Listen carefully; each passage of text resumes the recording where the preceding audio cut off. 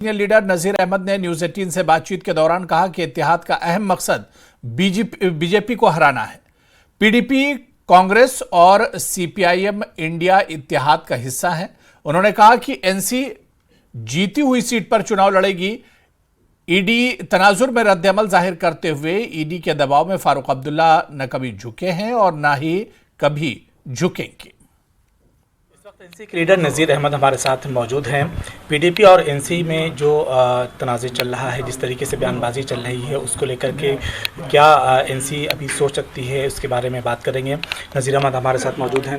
जी sir, ये बताइए कि पीडीपी का कहना ये है कि जिस तरीके से आप लोग कह रहे हैं कि अनंतनाग में जो है पिछले लोकसभा में तीसरे दर्जे की पार्टी थी पीडीपी, तो क्या पीडीपी का ये सवाल है, पीडीपी की तरफ से कहा जा रहा है कि अगर कोई पार्टी हारती है, अगर तीसरे दर्जे की होती है, तो क्या उसे टिकट नहीं दिया जाना चाहिए, उससे भी तो मौका मिलना चाहिए, क्योंकि कभी फारूक अब्दुल्ला और उमर अब्दुल्ला ने भी तो हारे थे, उसके बाद ही उन्होंने जीत हासिल की। देखिए, जहाँ तक सवाल है कि आपने जो सवाल किया कि पीडीपी कह रही है कि जो हारा वो क्या इलेक्शन नहीं लड़ेगा, हर एक आदमी का इलेक्शन लड़ने का हक है।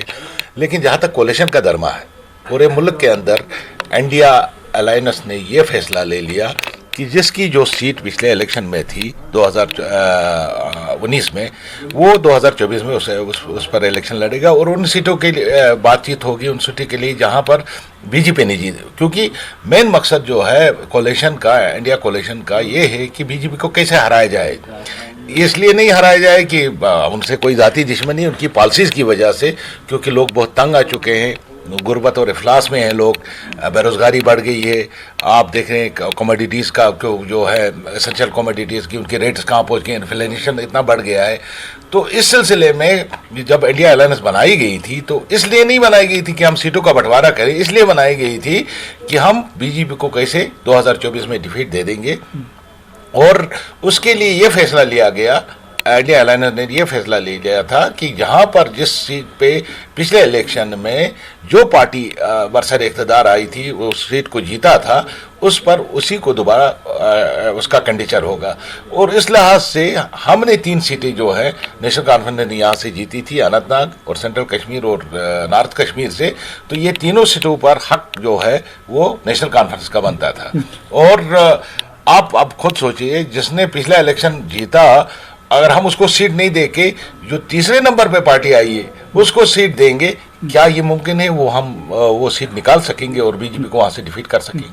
पीडीपी का ये भी कहना है कि कहीं ना कहीं ईडी का दबाव है उमर अब्दुल्ला और फारूक अब्दुल्ला पर, वो इस तरीके से इंडिया इत्तेहाद जो है वो उसको चोट पहुँच रही है, या फिर अगर बात कर ली जाए गुपकार अलायंस की तो उसको चोट पहुँच रही है। देखिए, मैंने जो ये बयान तो सुना नहीं है। अगर ऐसा बयान आप लोगों के ज़रिए आप कह रहे हो कि उन्होंने दे दिया है, तो सबसे ज़्यादा उसमें शक ही नहीं, फारूक अब्दुल्ला साहब पे जो है दबाव डाला गया और उस दबाव के आगे वो झुके नहीं।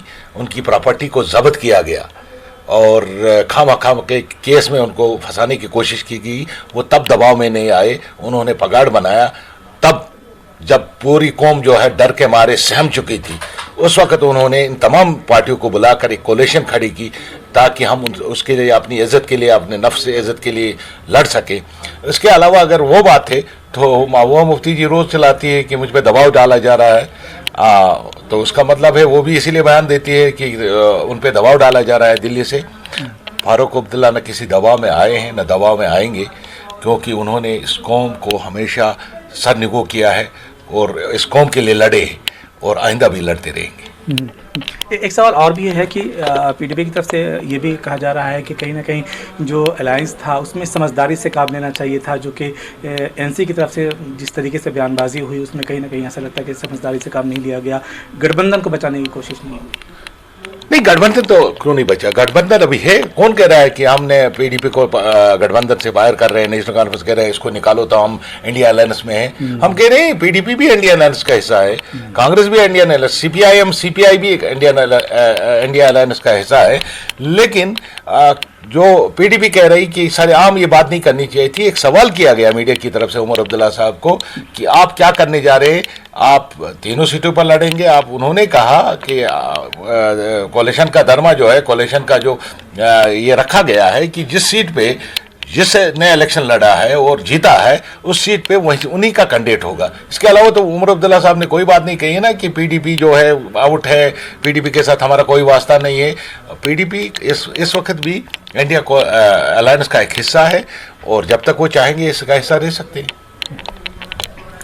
तो ये थे नज़ीर अहमद, जिनका साफ तौर से कहना था कि जो जीत का जो पैरामीटर है वो यही है कि जो सीट जीती गई है उसे ही उसी पार्टी को जो है वो एक बार फिर से मौका मिलना चाहिए, ताकि जो मेन मकसद है इंडिया अलायंस का वो पूरा हो सके। कैमरामैन आफाक के साथ मैं काजी इरफान, न्यूज़ 18 के लिए।